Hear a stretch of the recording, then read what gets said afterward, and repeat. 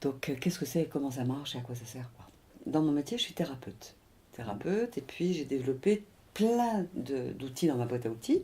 PNL, hypnose ericksonienne, intuition, gestalt, analyse systémique, analyse transactionnelle, la symbolique, un peu de numérologie, un peu de kinésiologie, beaucoup d'astrologie. J'avais commencé par ça il y a 30 ans.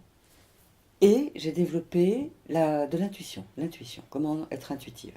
Donc je suis devenue, qui s'appelle consultante intuitive. Je sais lire quelqu'un. Je ferme les yeux. Je peux les laisser ouverts, mais c'est plus facile, les yeux fermés, pour vous. Et je peux, avec beaucoup de respect, lire ce qui se passe à l'intérieur de vous. Donc ça, c'est l'intuition, et ça s'appelle une lecture intuitive. Et quand je monte mon canal intuitif plus haut, c'est un peu comme un sous-marin, tu sais, avec le périscope. C'est-à-dire que je monte mon énergie plus haut. À ce moment-là, je suis en contact avec les énergies de lumière, des guides, des anges, des archanges, la source, ce qui est le plus lumineux. Moi, je me branche à ce qui est le plus lumineux. Parce que dans ces strates du subtil, il y a beaucoup d'intermédiaires, je dirais. Et moi, j'ai envie d'offrir des choses, même pour moi, vraiment lumineuses et aidantes, qui donnent du sens. Donc, c'est pas de la prédiction, c'est pas de la devinette, c'est pas divinatoire. C'est donner du sens, se rappeler qui on est, aider à surmonter les obstacles dans sa vie, parce qu'on a les uns et les autres des objectifs, de croissance, et puis il y a des peurs, il y a des résistances. Donc, ça aide à soit valider ce qu'on sait déjà, ces messages qui sont reçus, c'est-à-dire que quand je suis dans cette ambiance-là, il y a des messages qui arrivent, soit vous reconnaissez ma voix, soit ma voix se déforme un peu.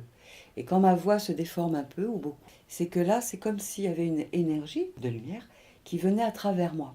Et je deviens haut-parleur, haute-parleuse, antenne relais. Quand moi, je suis en conférence ou dans mes ateliers, je peux dire ce genre de choses qui est dite en channeling. Mais la tournure de mes phrases ne sera pas la même. Mon vocabulaire ne sera pas le même. Et notamment, quand il parle à travers moi, la tournure de phrase, je la trouve vraiment jolie. Et puis les phrases sont longues, ça s'étale souvent. Voilà. Donc on reconnaît, et puis il y a des mots qu'ils emploient, quand je dis il, je reviendrai sur le il, mais des mots qui sont vraiment connotés à eux. Par exemple, au lieu de dire n'est-ce pas, souvent ils disent n'est-ce point. Ils parlent dans un beau langage, le ton est doux, le ton à la fois est ferme et doux. C'est vraiment pour nous rappeler des choses qui vont nous faire du bien. Que dire encore? Donc quand je dis il, c'est que je me branche à tout un collectif d'énergie. Et il peut y avoir des énergies plutôt masculines, des énergies plutôt féminines. On reconnaît parfois un peu au ton ou aux messages qui sont là. Et puis sinon, c'est encore plus haut, et là, c'est la source directement. Il y a un premier livre qui est sorti, de channeling, qui est en librairie, toujours, que j'ai édité via le Canada. Ce livre s'appelle « Choisir la lumière ». Et ce sont des messages qui sont intemporels. Intemporels. Donc comment ça va se passer? Une première étape, je vais vous guider dans une méditation de recentrage pour revenir là. Dans un deuxième temps, vous allez dire à haute voix les thèmes que vous avez envie d'aborder, sur lesquels vous avez envie d'avoir des ressources, des informations. Par exemple, ça peut être à haute voix la joie, la paix, l'amour. Comment trouver l'amour? Comment renoncer à la peur? Comment cesser d'avoir peur? Comment être grande? Et donc dans ce deuxième temps, vous énoncez des mots ou des thèmes à haute voix. C'est un peu comme les pierres d'une cathédrale en fait. Et c'est à partir de l'énergie de vos mots et de l'énergie des mots, des thèmes que vous voulez voir abordés.